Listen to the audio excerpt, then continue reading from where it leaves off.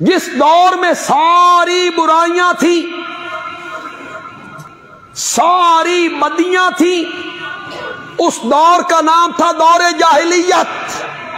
बोलो क्या नाम था? दौरे जाहिलियत। मेरे नबी ने कुरान का रंग चढ़ाया, अपनी सुन्नत का रंग चढ़ाया। तो वही दौर जिसका नाम दौरे जाहिलियत था, मेरे नबी बोले खैरुल कुरून करनी, सब जमानों में से बेहतरीन जमाना मेरा जमाना है। पहले इस दौर का क्या नाम था? अब ये दौर क्या हो गया? अब ये दौर खैरुल कुरून हो गया। इसनू आखदे ने तब्दीली।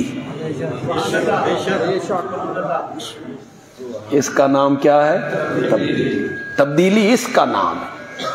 हर चीज बदल गई। मेरा नबी तब्दीली ले आया। हकीकी माने में तब्दीली मेरा नबी ला सकता था। शिर्क की जगह तौहीद आ गई।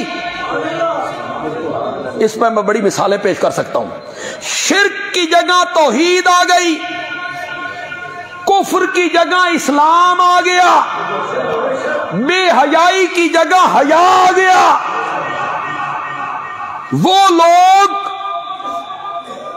जिना जिनकी फितरत में शामिल था और औरतों की इज्जतें उनसे महफूज नहीं थी, कुरान का रंग चढ़ा तो वो काफरों की बेटियों की इज्जतों के मुहाफिज बन के खड़े हो गए थे। वो लोग जो कभी लड़कियों को जिंदा कब्रों में गाड़ते थे। फतह मक्का के दिन एक छोटी सी बच्ची अपने घर से बाहर निकली और मेरे नबी की तरफ लपकी, चचा चचा चचा। ये हजरत हमजा की बेटी थी। किसकी बेटी थी? चचा चचा चचा करके मेरे नबी की तरफ लपकी। 3 सहाबा, हजरत अली, हजरत जैद, तीसरे का नाम भूल रहा हूं, 3 सहाबी बाहर निकले, आपस में झगड़ने लगे, इस बच्ची को हम परवरिश करेंगे। कभी अपनी बेटियों को जिंदा कब्रों में गाड़ते थे, अब दूसरी बेटियों को गोद लेने के लिए झगड़ने लग गए। इसको कहते हैं तब्दीली। ये आई है तब्दीली। अब कुफ्र की जगह इस्लाम, तो शिर्क की जगह तौहीद। और वो लोग, अल्लाह अकबर, कैसी तब्दीली आई।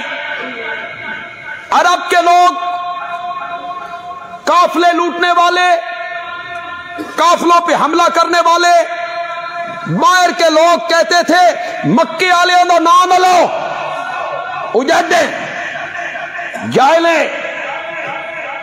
काफले लूटते हैं, दहशतगर्द हैं, ना न लो।